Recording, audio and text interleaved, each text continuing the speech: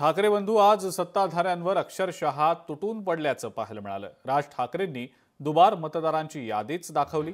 उद्धव ठाकरे देखील म्हणाले की माझ्याच नावाचा खोटा अर्ज कुणीतरी केलेला असून माझ्यासह कुटुंबाची नावं मतदार यादीतनं बाद करण्याचा डाव आहे।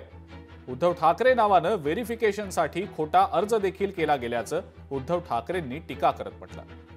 आता मी तुम्हाला अजून एक गोष्ट दाखवणार आहे की लोक म्हणतात की पुरावे कुठे आहेत, पुरावे कुठे आहेत। 1 जुलैला जी यादी बंद केली त्याच्यामधले फक्त मी मतदार तुम्हाला वाचून दाखवतोय। याच्यामध्ये मुंबई नॉर्थ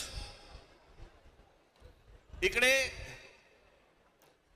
एका लोकसभा मतदारसंघामध्ये 17,29,456 मतदार आहेत। याच्यापैकी 62,370 हे दुबार आहेत।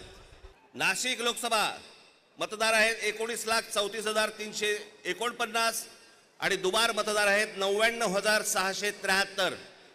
लोक म्हणतील की बाबा हे आकडे तो बोलून दाखवलेत, पुरावा कुठे आहे? मी आज तुमच्यासाठी पुरावा देखील आणलाय ह्या सगळ्या दुबार मतदारांचा।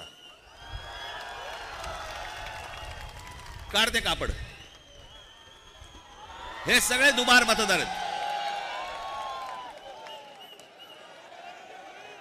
हे एवढे सगळे दुबार मतदार आहेत।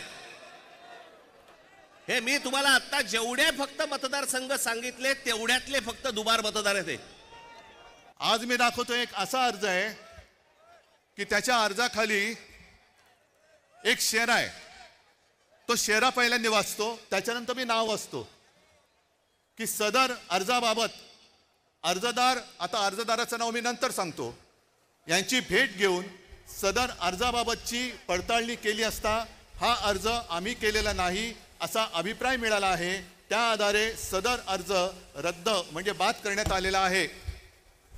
आणि हा अर्ज ज्याने अर्ज केलेलाच नाही, आपल्या नावाने ज्याने अर्ज तिकडे कोणी केला हे माहितीच नाही, त्या अर्जदाराने केलाय। आता हा अर्जदार शोधायचं कुठे?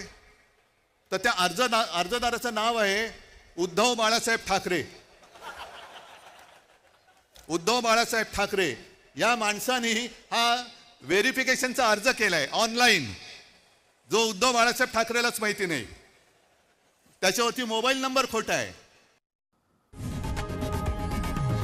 लोकशाही मराठी ऐका, पहा, जागरूक रहा।